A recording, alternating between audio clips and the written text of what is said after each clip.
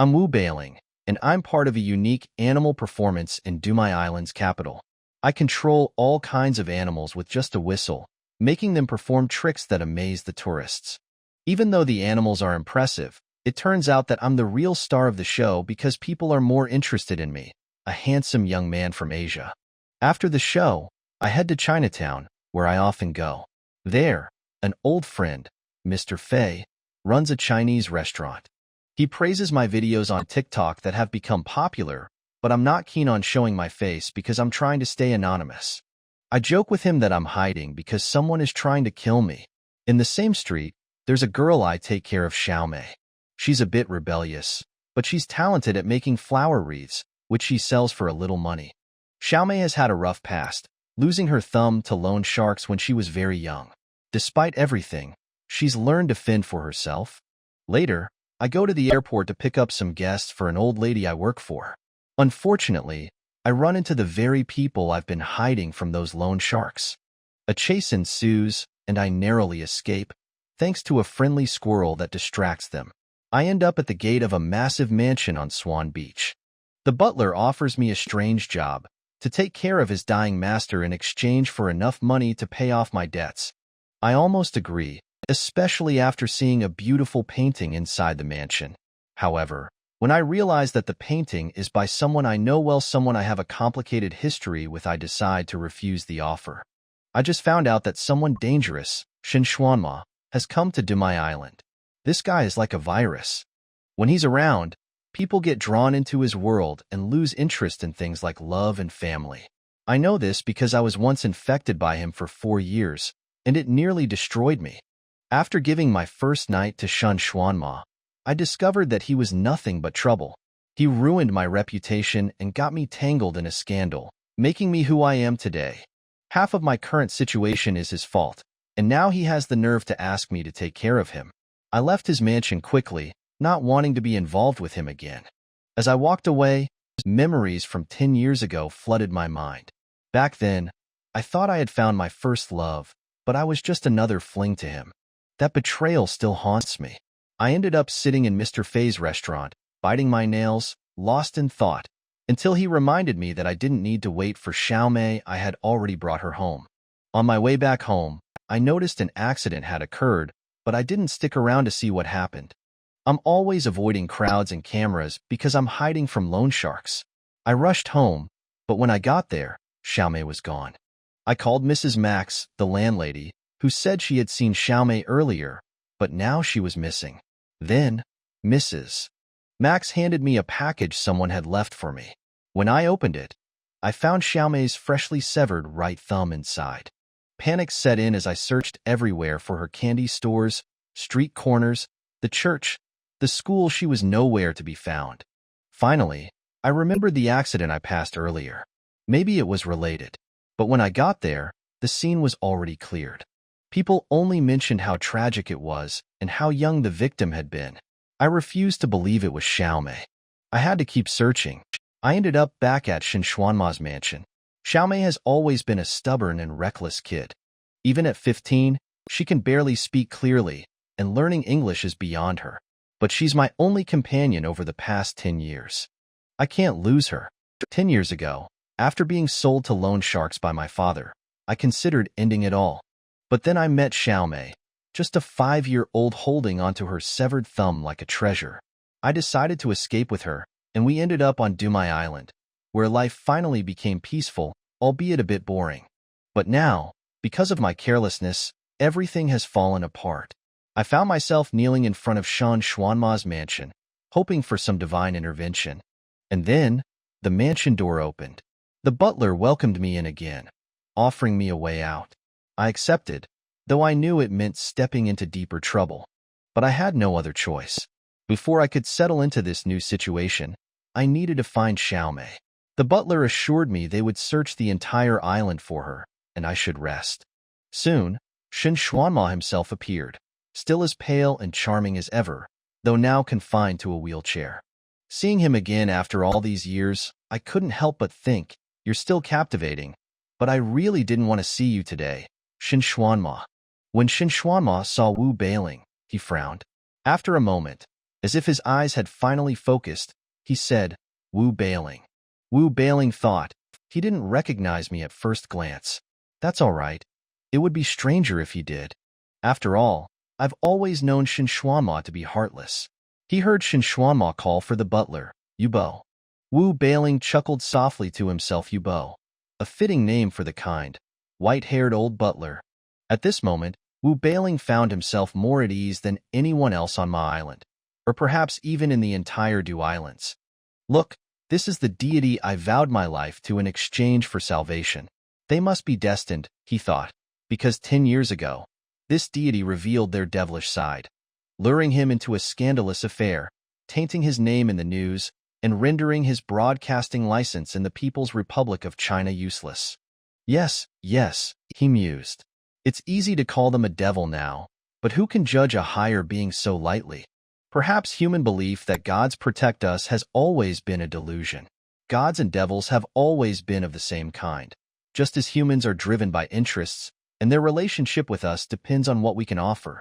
If you willingly give, the deity bestows mercy. If you are unwise and offer nothing, forcing them to take it themselves, you will receive nothing in return. 10 years ago, he offered only his innocence, hoping to earn all their love in return. Thus, the deity taught him a lesson in greed. Now, if he wanted protection again, he would need to offer true devotion. Self-respect, revenge, resentment, these are things that only those with options can afford to discuss. For someone like him, who is desperate and prays for a way out in front of this deity, he has no choice but to obey. He listened as Shen Xuanma spoke to Yubo. "I don't need a caregiver right now. I can eat with my hands, I don't need to go out, and my work is painting. Those who buy my art and organize exhibitions come to me. I truly don't need a dedicated caregiver." So it wasn't Shen Xuanma who found him. It was Yubo who picked him out. In the end, it would depend on whether Shen Xuanma liked him or not. Shen Xuanma then concluded, "Besides, I know him. He's too clumsy to be of any use. If he tries to help me, he might end up killing me." Sorry, Wu Bailing thought, I can't win his favor neither 10 years ago, nor 10 years later. He still doesn't love me. The 10,000 yuan had already been given to the loan sharks, who had flown away with it. He couldn't repay the 10,000 yuan, nor the rest of the debt. He was destined for the ending he should have met 10 years ago, death. He wasn't worried about that. Everyone knew that loan sharks didn't want lives, they wanted money. As for what a man like him could be sold for to pay off the debt, the possibilities were grim. But for his little sister, there was only one outcome: 15 years old, mentally challenged, and a girl. It wasn't hard to guess. He considered waiting until Shen Xuanma rejected him before shamelessly making one request: for the deity to grant his sister a painless death in front of him, so that he could finally be at peace, and her share of the debt would be his to bear. Shen Xuanma opened his mouth to declare, "So, let him," but for some reason, he didn't finish the sentence. Wu Bailing waited quietly. Unless a miracle happened, there would be no other outcome. He even found it amusing to think, what if, at this very moment, Shen Xuanma fell in love with him? Then maybe he would be saved. But that was impossible. "All right," Shen Xuanma said, "Yubo, please help me draft my end-of-life care agreement, now." Upon the issuance of the resident death medical certificate by the judiciary, the first party, Mr. Shen Xuanma, will make a one-time payment of 3 million yuan to the second party and settle all their debts. Yubo read out the contract, asking both if they had any objections. Shen Xuanma waved his hand, indicating he had none. Wu Bailing bit his lips as if he had something to say. I have a request," Wu Bailing said nervously, knowing it was impolite and could anger Shen Xuanma, jeopardizing his job as a caregiver. But he had to ask, Can the contract include a time limit for the work?" Shen Xuanma didn't understand, his face showing a "what are you talking about?" expression. Yubo thought for a moment, then whispered the explanation to Shen Xuanma. After listening, Shen Xuanma understood and nonchalantly asked, "Yubo, how much longer do I have?" Yubo replied, "It's hard to say. Dr. Liu estimated within 3 years." Shen Xuanma snorted, "Dr. Liu, and you are always too optimistic. Please give me the real answer." Yubo sighed and said quietly, "If you fully cooperate with treatment, you might live 3 years. If the treatment doesn't go well, It's likely within 2 years. Then add that to the contract. Shin Xuanma pointed to the agreement. The first party guarantees to die within 2 years. Yu Bo wrote in the contract. This agreement is valid for 2 years. If the first party does not receive the resident death medical certificate within 2 years, the second party will still be paid as stipulated. If both parties have no objections, the contract will automatically renew. As night fell, Shin Xuanma asked Yu Bo to help him upstairs. But Yu Bo bowed and said, "From today onwards, it will be Mr. Wu's responsibility to take care of your daily needs." Shin Xuanma turned to look at Wu Bailing, who stood there awkwardly, like a child on their first day of school. He beckoned him over, and in just a few steps, Wu Bailing managed to trip over his own feet. Shin Xuanma pounded the armrest of his wheelchair and shouted, "Yu Bo, I regret this." "You have no choice," Yu Bo reassured him. "Your end-of-life care must be handled by Mr. Wu. Give him some time." Wu Bailing grasped the handles of the wheelchair. Despite the consistently warm temperatures of Ma Island, with plastic covers on the handles, it felt as if he were gripping the cold iron bars of winter. It wasn't the actual cold but a fleeting shock that made his senses so acute that even the tropics felt unbearably frigid. What does it feel like to push a devil from behind? It must be like walking a tightrope, where each step only creates more wire to traverse, one step at a time. At the staircase, Wu Bailing looked at the steps, then glanced back at Yu Bo. The butler held up 3 fingers, then made a fist to encourage him. Even if he wasn't completely inept, he was still at a loss. How could he carry a man over 6 feet tall along with a wheelchair up 3 flights of stairs? Well, perhaps like this. First, carry the man on his back, then haul the wheelchair up afterward. In theory, it could work. But Wu Bailing was not one for manual labor. He was better at sweet-talking. Or perhaps he could charm the man into agreeing never to go upstairs again. No, what was he thinking? He should persuade the man to let someone else handle the stairs. If that worked, he could coax the man into letting others handle the bathing, the tea serving, the night watching. Naturally, his job would be to manage the man's mood.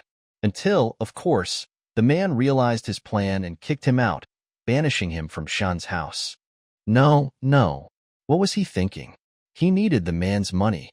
Perhaps he should make everything he did seem excruciatingly difficult, so the man would know how hard he was trying, how much effort he was putting in. Maybe the man would be touched and promote him, and he would become the one directing others. But what if it backfired, and the man thought he was incompetent? More thinking. This was his first assignment. How he performed would maximize his benefits. Ding. What are you doing? Shin Xuanma's voice startled him from behind. Taking forever. Wu Bailing turned to see Shin Xuanma sliding into the elevator himself. Elevator. Of course, Wu Bailing thought.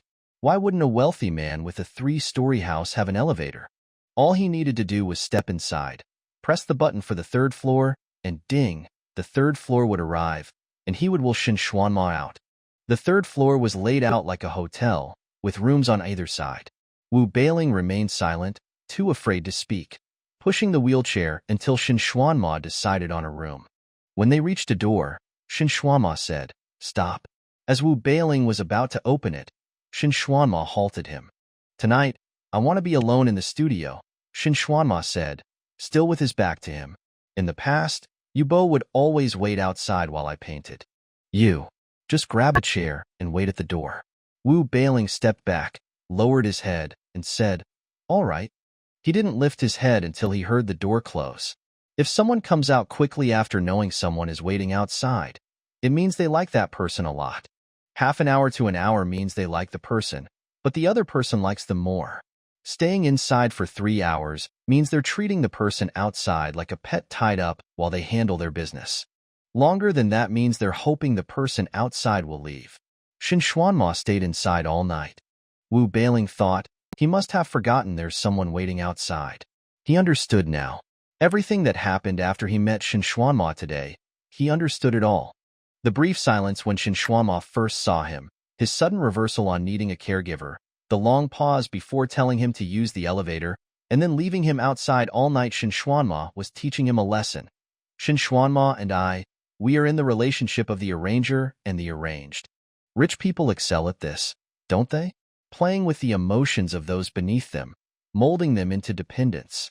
Perhaps when Shinshwanma changed his mind, he thought, one more dog won't hurt. Before I die, I can have some fun. Look at him 10 years ago. I ruined him, and now, 10 years later, I'm his only savior. How amusing. Amusing indeed. Fate can be unjust. Wu Bailing hoped Yu Bo would find his sister soon and that she would die first. Then he would be free of all burdens and could follow her. It wasn't wrong for him to make that decision for her. His sister wasn't bright. She couldn't understand that this was their only dignified way out. They were too easily thrown off course, like how they had agreed to have dinner together tonight. Now it was already the next morning. They had forgotten their place, thinking they had the right to say definitely. The contract he signed could only bind him. If Shinshwanma wanted to break it, it would be all too easy. He had no power to resist. He had been tricked by Shinshwanma once before, and he couldn't be foolish enough to trust him again. All he wanted now was to find his sister, then give the world the middle finger and leave without a trace of regret. At dawn, Shinshwanma finally emerged. Wu Bailing, his eyes red from the night, stood up and asked, "Where would you like to go?" Shinshwanma replied, "I'll rest in the morning. You can wander around for now." Wu Bailing agreed and went to find Yu Bo, who suggested he go to the garden to water the flowers and relax. How could I possibly relax? But Wu Bailing obediently went to water the flowers. The water came from Mount Mickey, a sacred mountain in some of the primitive religions of the Du Islands. The melting snow from the mountain was believed to have life-extending properties, and science had confirmed the benefits of its minerals. Even the flowers here are treated better than I am. The thought didn't relax him. It made him want to burn the place down. He stood aimlessly in the garden, the morning breeze doing nothing to soothe him. A sound came from the low bushes beside him. Probably a small animal, Wu Bailing thought. Whatever it is, as long as it's not a snake. The rustling grew louder and closer, the bushes shaking. It must be something big, maybe a squirrel? A monitor lizard? Please don't be a snake. Suddenly, a hand reached out from the bushes, parting the branches, and a head popped out. Wu Bailing blinked in surprise. Huh? His sister, equally puzzled, replied, Huh? Why are you here? Wu Bailing asked. I come here every day at 9 to pick flowers. Wu Bailing glanced around. No wonder that patch of flowers looked familiar. But that wasn't the point. Where have you been? Wu Bailing demanded angrily. Do you realize how dangerous it is right now? You can't just wander around alone. His sister crawled out from the bushes, pouting. I was looking for you. I looked everywhere and couldn't find you. You left me behind, and now you're yelling at me. You're so stupid. Wu Bailing snapped. The loan sharks have already found us, and you still don't get that I'm being hunted. You managed to escape, so why didn't you go to Old Faye or the church? You think you can roam the island alone and stay safe with that brain of yours? I was looking for you. We promised to have dinner together tonight. You broke your promise. I tried so hard to find you, and I didn't know where you were. She started wailing, her words becoming incomprehensible, and Wu Bailing shouted at her. I can't understand a word you're saying. Speak clearly. She cried even harder, holding out her hand. In her palm was a smashed piece of cake, stained with dried blood. I promised to celebrate your birthday with you. God, Buddha, any force that controls my fate, forgive me. He felt ashamed for his earlier resentment and attempted rebellion, because he had changed his mind. Even though life had turned out this way, he still wanted to live. His sister sobbed. Daddy Wu Bailing gently patted her head and said, I'm not your father. Hey, Shinshwanma squinted at the girl. On your first day of work, you bring a woman home. Wu Bailing was at a loss for words, unsure how Shin's mind worked. Look at her, how can you even call her a woman? The girl, oblivious to their argument, sniffled and then licked the snot that lingered around her mouth. Shinshwanma continued to hum, wheeling himself in circles around them. Wu Bailing explained, this child was chased by loan sharks yesterday, and they even chopped off one of her fingers. Poor thing. He nudged the girl's arm, signaling her to show her hand. Understanding, she held out both hands, showing Shinshwanma 4 fingers on each. But Shin Xuanmo replied, "You're lying." Wu Bailing was baffled. The girl had clearly shown her hands. How could he accuse them of lying? Did Shin Xuanmo not know how to count? Panicking, Wu Bailing quickly added, "It's true. They chopped off her right thumb." "Do you think I'm blind?" Shin Xuanmo pointed at her hand. "It's obvious that both of her thumbs are missing. Her left thumb is gone too." "Right," Wu Bailing conceded. "I have my left thumb." The girl protested earnestly. "Oh?" Shin Xuanmo asked, intrigued. "I counted and counted, and you only have 4 fingers on your left hand. How can you say you have a left thumb? Were you born with just 4 fingers?" The girl retorted, "I have 5 fingers on my left hand." Shin Xuanmo, a bit displeased, said, "You're lying to tease me. Where did you get 5 fingers from?" "I'm not teasing you," the girl said, reaching into her collar and pulling out a necklace with a small bottle hanging from it. "My left thumb is in here." Inside the transparent bottle were 2 small bones and a piece of a nail. Shin Xuanmo looked at it and couldn't help but burst out laughing, holding his stomach as he laughed for a long time. So, Wu Bailing, gathering his courage, said, "She's very, very pitiful, and we've depended on each other for so long. Could she stay here too?" The girl clung to his arm and pitifully echoed, "Daddy." Wu Bailing bit the inside of his cheek, using the pain to keep himself from denying the girl's use of daddy. After Shin Xuanmo had laughed enough, he wiped away the tears from his eyes and waved his hand. "She's got a bit of my temper. I'll make an exception and let her stay." He instructed Yu Bo to take her to a room on the 1st floor and even assigned her a job tending the garden. Besides earning money from making flower wreaths, she could now earn a salary too. Wu Bailing was overjoyed, his eyes bright with excitement. Suddenly, he thought of another companion. Wu Bailing hesitated. "I have another friend who's quite like you. Could he also stay?" "Who?" "A stray dog I've been close to." Shin Xuanmo took Wu Bailing to see his collection on the 1st floor, 3 cabinets full of liquor, though there wasn't any baijiu because Shin Xuanmo never liked it. Wu Bailing carefully pushed the wheelchair, maneuvering through the cabinets, terrified that if he broke a single bottle, he'd be working there for an extra year. Beyond the collection room was a banquet hall reminiscent of Frederick the Great playing the flute in Sanssouci. The walls were lined with Shan Xuanma's oil paintings, all depicting landscapes of Ma Island. Damn it, Wu Bailing thought. A banquet hall like this belongs to someone living in a palace of peace. How could they possibly have worries? He felt like a mere wine steward here, though even the stewards in such places surely had no worries either. The elevator to the 3rd floor was beside the music room, but Shin Xuanma no longer played the piano, so they didn't go in.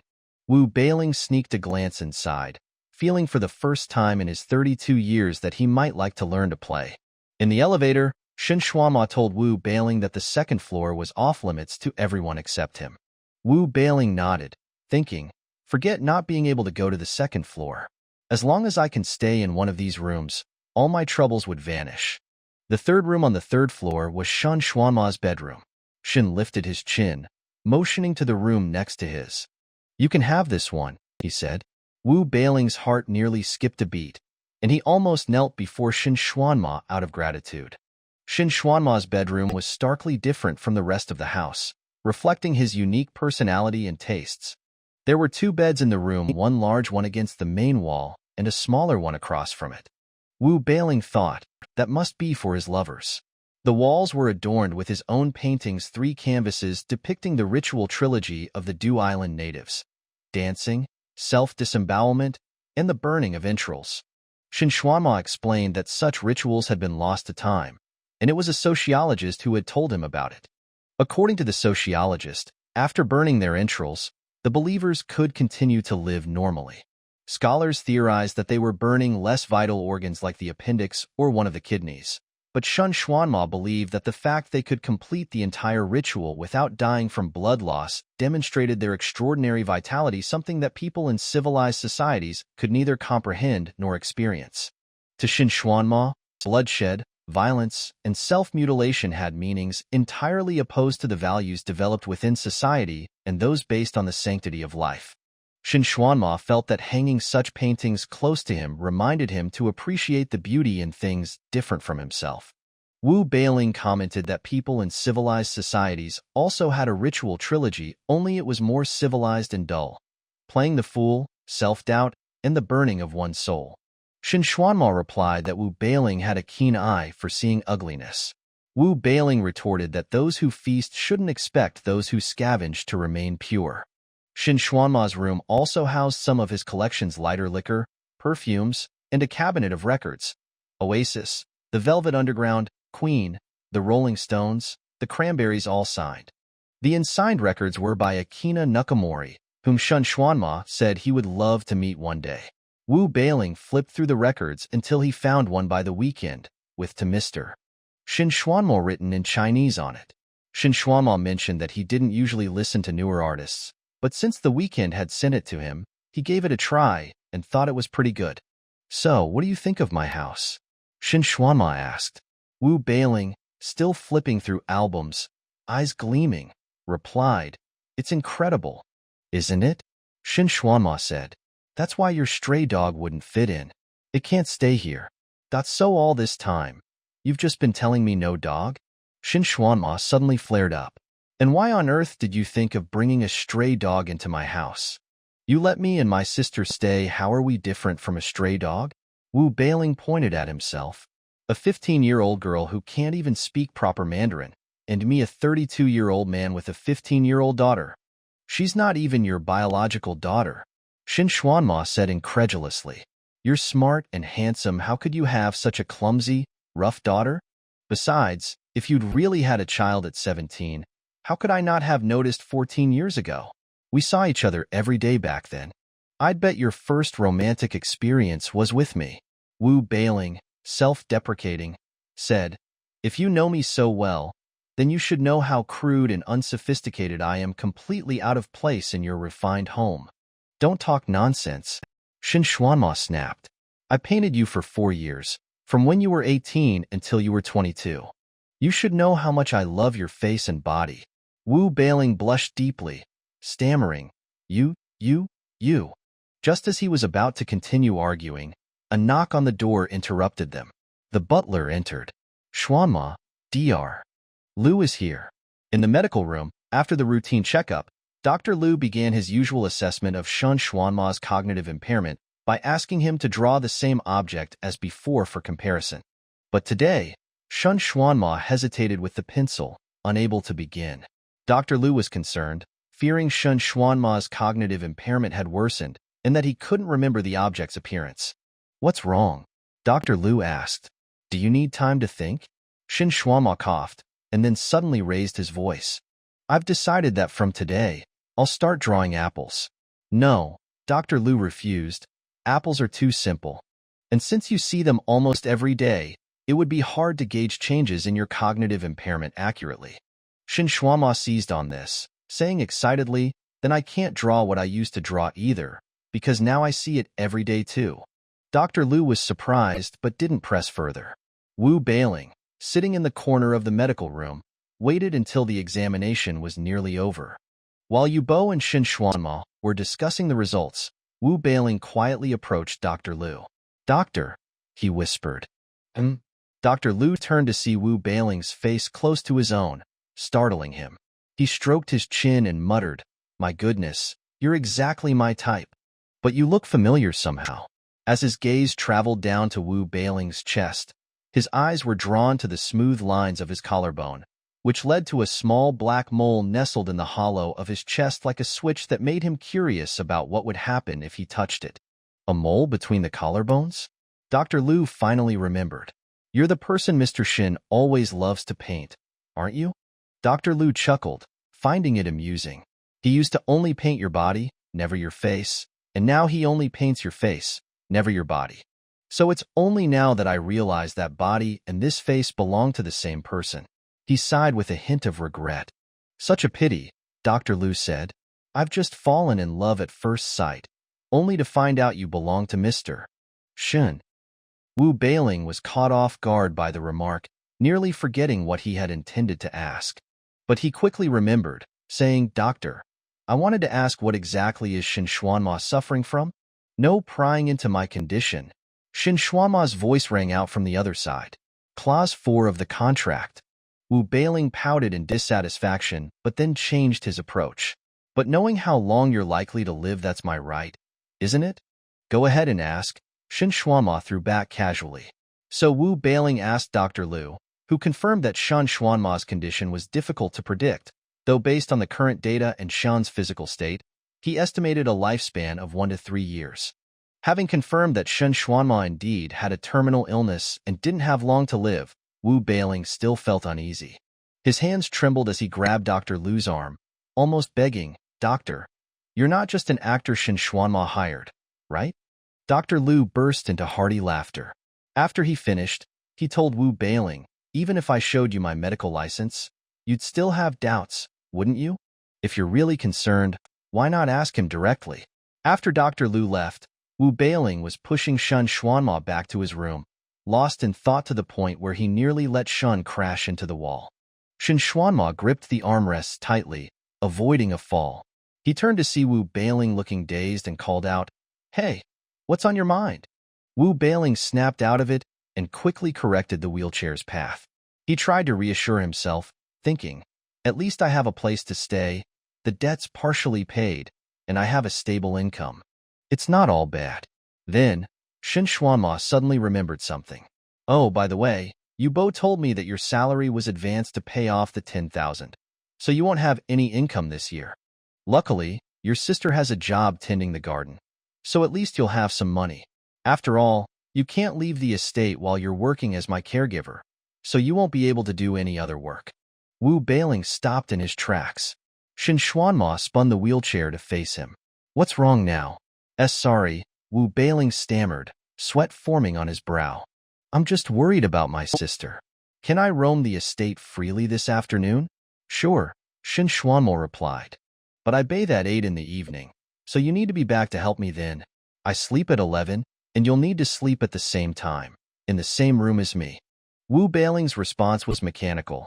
"I have my own room, but I need to sleep in the same room as you." "Exactly," Shen Xuanma confirmed.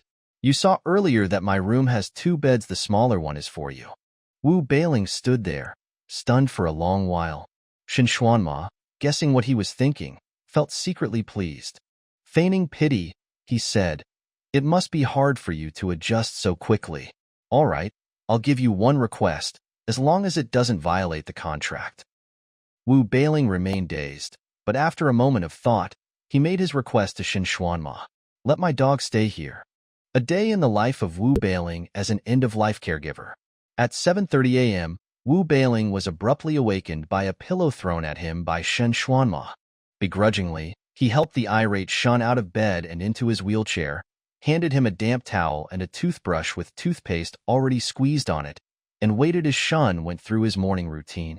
Afterward, Wu escorted Shen to the first floor for breakfast.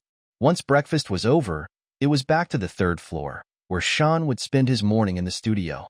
At 9 a.m., Wu would step into the garden and whistle, calling for the little dog, who would come running.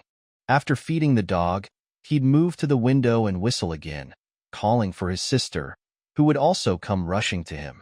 From 10 a.m. until 6 p.m., Wu remained on standby, waiting for Shen to summon him.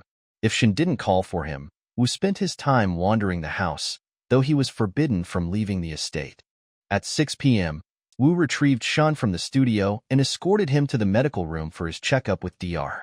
Liu. Given Wu's previous mishap, he now had to wait outside during the examination. By 6:30, the checkup was complete, and it was time for dinner on the 1st floor. At 8 p.m., it was time to prepare for bed. It took Wu an hour to overcome his mental barriers before he could start helping Shen bathe at 9 o'clock. After washing and dressing Shen, he lifted him into bed, then returned to his own room to freshen up. Finally, he settled onto the small bed in Shen's room, waiting for him to finish reading, browsing the internet, painting, listening to music, or savoring a drink before switching off the lights and going to sleep. This routine repeated day after day. Being woken by a pillow, pushing the wheelchair, overseeing hygiene, eating meals, feeding the dog and his sister, aimlessly wandering the house, dining, assisting with bathing, and eventually sleeping in the small bed in Shen's room. The monotonous pattern of waking, eating, idling, and sleeping became a constant, punctuated by sounds and interruptions: the thud of a pillow, Shan's sighs, his sister's voice, the clinking and clattering of dishes, the scent of medicine, the discussions about upcoming exhibitions in Italy, and even the banter between Wu and his sister as she proudly announced her earnings. Yet, amidst the chaos, there was also the absurdity. Dealing with Shan's nakedness, washing him while avoiding his arousal, and his constant complaints about how Wu handled the situation. One evening, in the midst of the usual noises and routines, Wu found himself in his own room, repeatedly banging his head against the wall. He was already fed up with this life, and only a few days had passed. Shen Xuanma and Yu Bo were always busy, but there was little for him to do other than assist with basic needs. Wu desperately wanted to leave the house, to work alongside Yu Bo in preparing for exhibitions, or at least to run errands and host events. He had asked why he couldn't go out, and Yu Bo had explained that it wasn't that he couldn't leave, but he had to stay close to Shen Xuanma in case something happened. Since Shen never went out, neither could he.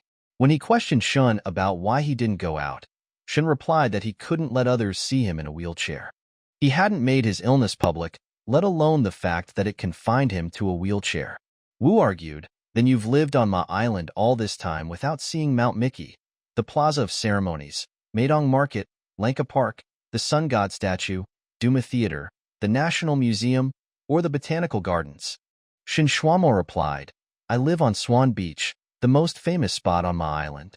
All for the sake of an artist's dignity. You've ignored so many beautiful places, cooped up in this big house of yours." Wu retorted, "An artist's dignity?"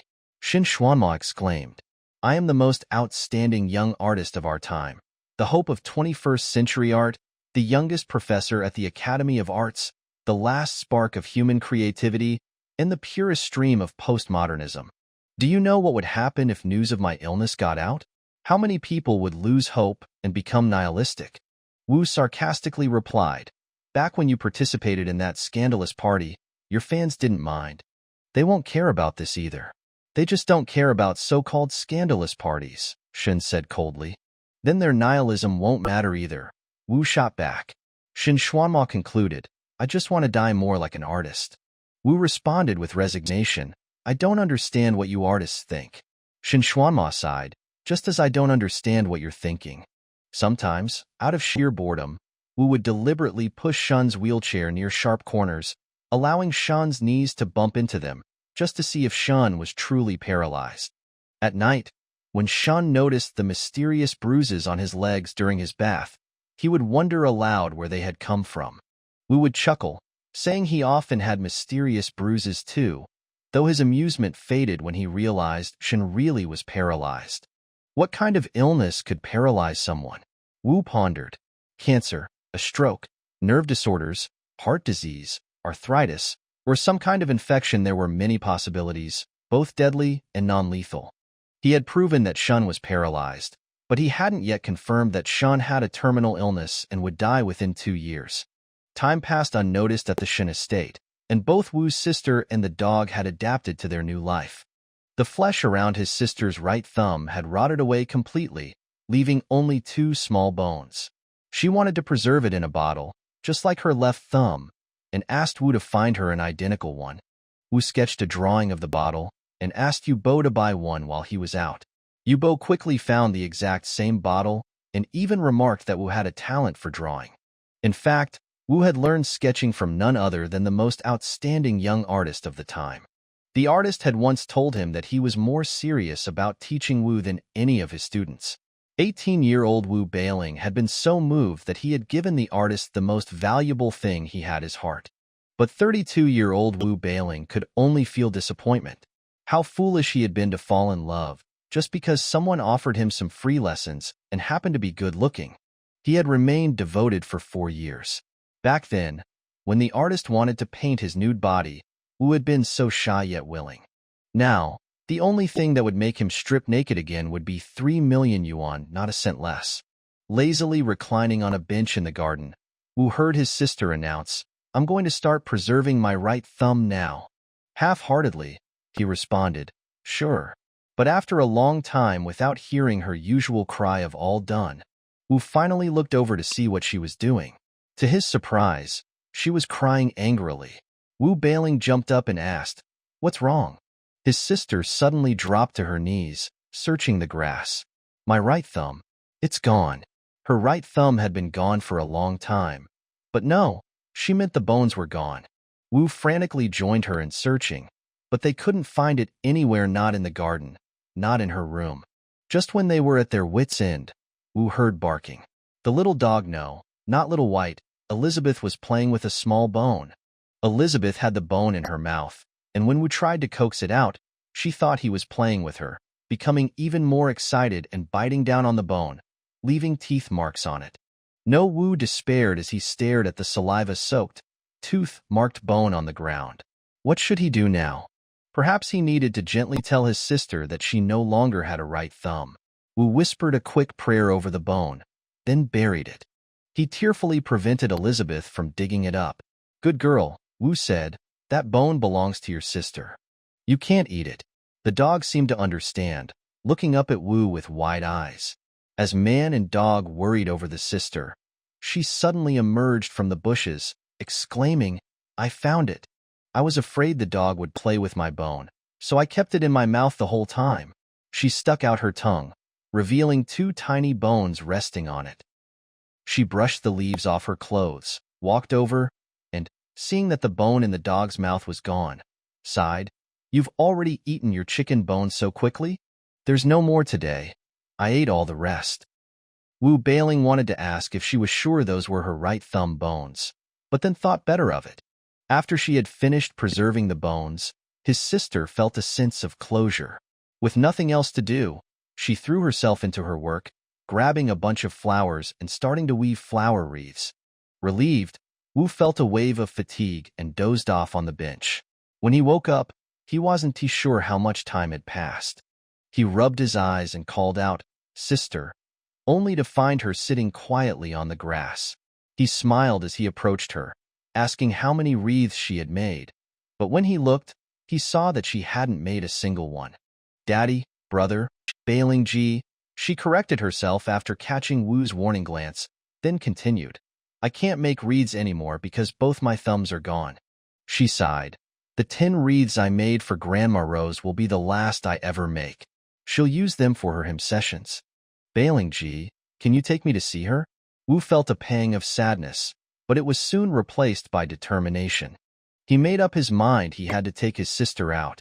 The next day, during Shan Xuanma's checkup, the door suddenly burst open. Wu Bailing strode in, speaking before Shen could. "Dr. Liu, I won't ask about Mr. Shen's condition, but as his caregiver, I need to know what's best for his health." Dr. Liu, taken aback, instinctively replied, "Oh, So," Wu Bailing said with righteous conviction, "would going outside be beneficial for his health?" Dr. Liu responded, "Yes, in fact it would. He needs to get out and about. It would help with his condition." "Thank you, Dr. Liu." Wu turned to Shin Xuanma. "From now on, I'll take you out every day." Shin Xuanma frowned and refused. "No, I can't let people recognize me." With a sudden gesture, Wu slapped a mask onto Shan Xuanma's face. "Just wear a mask. I got you a breathable, UV protective one." Shin ignored him and asked Dr. Liu, "Will going out extend my life?" Dr. Liu smiled warmly. "No, it won't." Shin immediately dismissed the idea. "Then there's no need." "But, Dr. Liu added, "it will help you maintain your dignity. You're worried about losing face because of this illness, aren't you?" At the church gate, Wu Bailing was nearly stopped. The man in the wheelchair was far too suspicious, dressed in a hat, sunglasses, and a mask, with a dog leash tied to the wheelchair, leading a dog. Wu explained, "Father, we are all devout believers, even this dog. The man is sensitive to sunlight, which is why he's dressed like this. He refused to leave the house at first, but he's terminally ill, and his last wish is to hear his beloved Mrs. Rose sing hymns one last time. So, Father, please let us in." "Ow!" Shin Xuanma pinched him hard, and Wu quickly patted him, signaling him to play along. "Ah, Mrs. Rose?" the priest asked. "She's in the elderly choir, singing in the yard behind the church. Please go there." Upon hearing this, Wu's sister excitedly dashed off, while Wu called after her with a bright smile, telling her to slow down. Shen Xuanma, on the other hand, was not pleased. Singing in the yard meant his earlier sacrifices had been in vain. By the time they reached the yard, a crowd had already gathered in circles. Wu's sister weaved her way through the throngs, easily slipping to the front row. Wu, however, struggled with the wheelchair, but even from the outer edges, they could still hear the hymn. The sacred words, sung by elderly voices, felt like a gentle touch on the head during confession, offering forgiveness no matter what sins had been committed. Wu Bailing didn't feel the need to confess. He wasn't the one who needed to, but he enjoyed the feeling of kindness in the song. He had never been pampered by his elders, and this music offered him a fleeting sense of warmth and acceptance. He looked down at Shen Xuanma, who sat silently. With the hat, sunglasses, and mask, Wu couldn't see Shen's expression, but he thought, this guy better be repenting. Before the song ended, Wu's sister squeezed her way out of the crowd and returned to his side. He asked what was wrong, and she unhappily replied, "Let's go. Don't you want to look at your wreaths a bit longer?" Wu asked, "We have plenty of time. You can stay as long as you like." "Let's go. I don't want to look anymore." She started to cry. "They're not even wearing my wreaths, not even Mrs. Rose." Without listening to any more of Wu's attempts to comfort her, she stormed off. Wu quickly pushed the wheelchair to follow her, all the while grumbling to himself, "Why did Mrs. Rose buy my sister's wreaths only to wear someone else's?" Just then, Shen Xuanma's muffled voice came from behind the mask. "It's been days already, her wreaths must have withered by now." Wu Bailing simply replied, "Oh."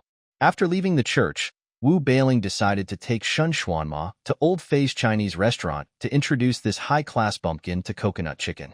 On the way, Wu's little dog followed closely alongside the wheelchair, occasionally running ahead to sniff around. Whenever it encountered small stones or other obstacles, it would bark to alert Wu to avoid them. Shen Xuanma, observing the well-behaved dog, wanted to engage with it. He asked, "What's your dog's name?" Wu Bailing replied, "Xiao Bai No, Bai Bai No, Elizabeth." Shen Xuanma called out, "Elizabeth."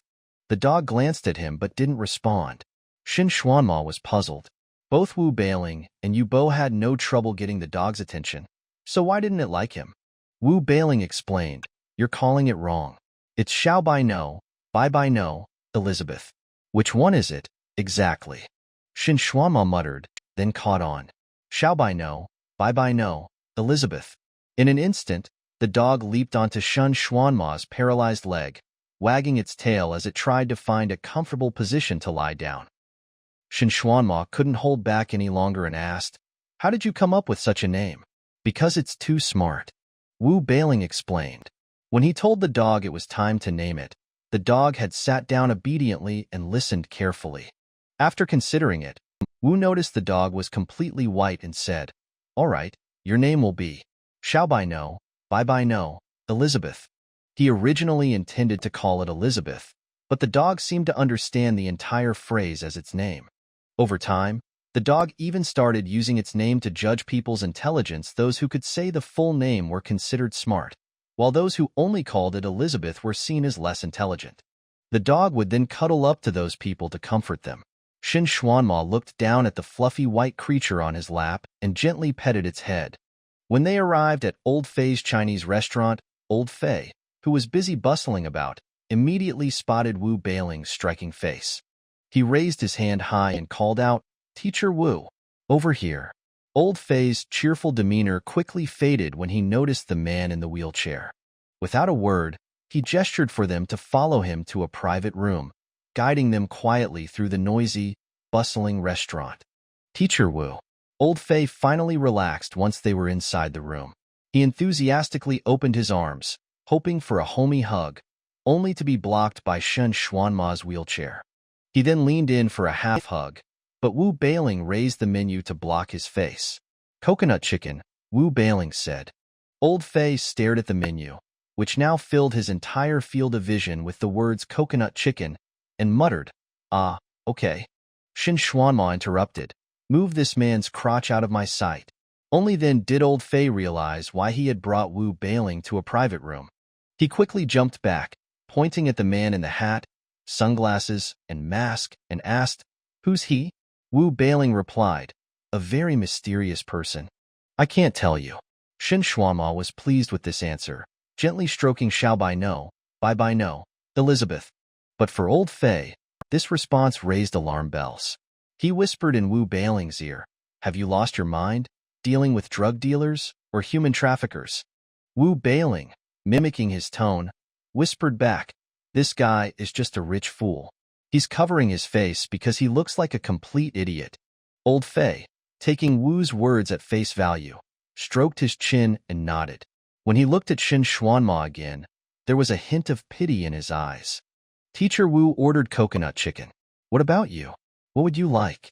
Shen Xuanma, oblivious to Old Fei's shift in attitude, scanned the menu. Fish fragrant pork too strong. Mapo tofu too spicy. Grilled fish too greasy. Stir-fried clams too pungent. Pan-fried pineapple, what a bizarre dish. Coconut milk pudding, clearly a copy of ginger milk pudding. Fei-style egg tart, what a crazy idea. With each comment Shen Xuanma made, Old Fei's fists clenched a little tighter. But remembering that this was a simpleton, Old Fei restrained his anger out of compassion for the vulnerable. Finally, Shen Xuanma made his choice. "Coconut fish," he said. "All right." Old Fei responded, as if encouraging him for successfully placing an order on his own.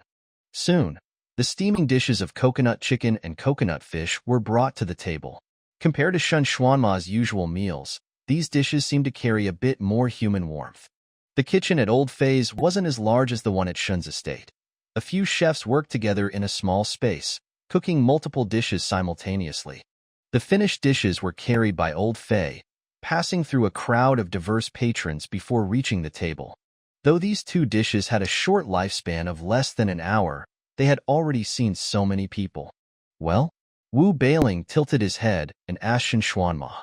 Shen Xuanma sipped the chicken soup in silence. He didn't say a word but did scoop another spoonful. Seeing his reaction, Wu Bailing couldn't help but chuckle. After they had eaten their fill, Old Fei came over to chat with Wu Bailing. He mentioned how business had slowed since Wu hadn't visited in a while. Then he asked what Wu had been up to, and Wu casually replied that he was working as a caregiver. Old Fei praised him, saying it was much better than running errands, hosting events, or managing animal shows. He even suggested that if Wu worked for someone on Swan Beach, he might make enough to buy a house. This led to a discussion about the luxurious estates on Swan Beach. Old Fei had heard that one of the mansions there used to belong to a British noble family when the Dew Islands were still a British colony. It was initially meant to become a tourist attraction, but a few years ago, it was bought by someone. Rumor had it that the money from that sale helped fund the construction of the Dew Islands National Museum. As Old Fei spoke, Shen Xuanma remained silent, calmly sipping his fish soup, yet his demeanor was so refined that it looked as though he were savoring British tea. Wu Bailing felt a bit uneasy. Not that it was a big deal, but the thought of Old Fei bragging in front of the very person he was talking about made him feel a bit itchy. Fortunately, his sister arrived to break the tension. She didn't care about luxurious estates or nobility. She exclaimed, "I found the person who stole my customers." With that, she grabbed Wu Bailing and hurried out. In the chaos, Wu instinctively grabbed Shen Xuanma's wheelchair, dragging him along. Shen Xuanma, who was usually pushed around, now found himself being pulled forward. This new perspective allowed him to make eye contact with many people, and suddenly, titles like noble seemed irrelevant. Even the Queen of England would lose face in front of these two. The spot where his sister used to sell her flower wreaths was now occupied by a dark-skinned, shiny-haired young boy. He didn't look Chinese, more likely a native of the islands. In front of him was a neatly arranged stall covered with a clean cloth, displaying the wreaths he had made. Compared to his sister's habit of carelessly draping wreaths over her arm or tossing them on the ground, this boy's setup was much more professional. His sister glared at the boy with clenched teeth. In the short time they'd been watching, several customers had already visited the boy's stall, more than she would see in an entire day. Not only had Mrs. Rose switched sides, but Grandpa Mike, Aunt Laura, and Uncle Stephen had too. Wu Bailing was still studying the boy's face, noting that he had a decent look, well-proportioned features. Before he could finish appreciating it, His sister charged forward, pointing her finger in the boy's face and loudly complaining. His sister was 15, and the boy looked about 16 or 17, so Wu didn't step in. This level of quarreling didn't require intervention from a 32-year-old man who had already faced tougher challenges. For those still full of hope, nothing that happened at this age could be truly bad. That was until the boy looked over at them. His gaze, warm and inviting like the tropical islands, reached out to Wu Bailing, compelling him to intervene. His sister, arguing in broken Chinese, didn't make any sense to the boy. He wasn't good at English either, only managing words like what, why, and who, none of which his sister understood. The boy had no idea she was angry with him. Perhaps he thought he had offended her or encroached on their territory. To apologize, he placed a flower wreath on her head, then gave one to Wu Bailing and another to Xin Xuanma. For Xiao Bai No, Bai No, Elizabeth, he crafted a small wreath from 2 flowers with stems and gently placed it on the dog's head. Then the boy folded up his stall cloth into a bundle, slung it over his shoulder, and left. Before walking away, he glanced back at them one last time. Wu Bailing thought he seemed like a good kid. Visiting the Duma Theater and Lanka Park was a personal indulgence for Wu Bailing. Both places catered to tourists, showcasing the local culture of the Du Islands in a way that felt almost like pandering, as if they were performing ancient rituals for the amusement of foreign visitors. However, Wu had often been invited to host events at these locations in the past, so he felt a nostalgic pull to visit them. Along the way, they encountered an animal show. A new host had taken Wu's place, another handsome young man, just like him, heavily promoted with short videos on TikTok. Interestingly, some of the animals Wu had worked with recognized him. Ignoring their current handler's commands, they ran over to him. A squirrel landed on his shoulder, and he pretended to feed it, though he knew he wasn't allowed to give them food. The squirrel played along, miming the act of eating. Wu apologized to the performer who came over to retrieve the animals, and with a simple gesture, the animals returned to their positions. The show continued, but that brief moment had drawn attention to Wu. Many of the tourists had come to Ma Island after watching his TikTok videos, so they found him familiar. Wu's first instinct was to flee, but then he remembered that he no longer needed to run from loan sharks. He tensed, unsure whether to stay or leave. "What are you doing?" Xin Xuanma asked. "Aren't you going to run?" Wu Bailing replied, I don't think I need to run anymore." "It doesn't matter if you run or not," Xin Xuanma said, "but I can't afford to be caught on TikTok." "Fine." Wu Bailing hoisted his sister onto his back and took off, pushing Shan Xuanma's wheelchair in front of him. They sped along the coastline, not worrying about getting lost since Shan's house was on the beach, and they just had to keep going straight. Wu was exhausted, his clothes drenched in sweat. No one was chasing them anymore, but he kept running. He didn't know where this urge to continue running came from or what it meant. It was as if he had finally realized that he could choose his own path, that all directions were open to him. He could pass by countless people, waves, and coconut trees, eventually reaching a place called destination. What he realized didn't seem profound or shallow, just something that didn't need to be realized at all. But no one would tell him that he couldn't have this realization. Yes, that was it. What he realized was that no one could tell him otherwise.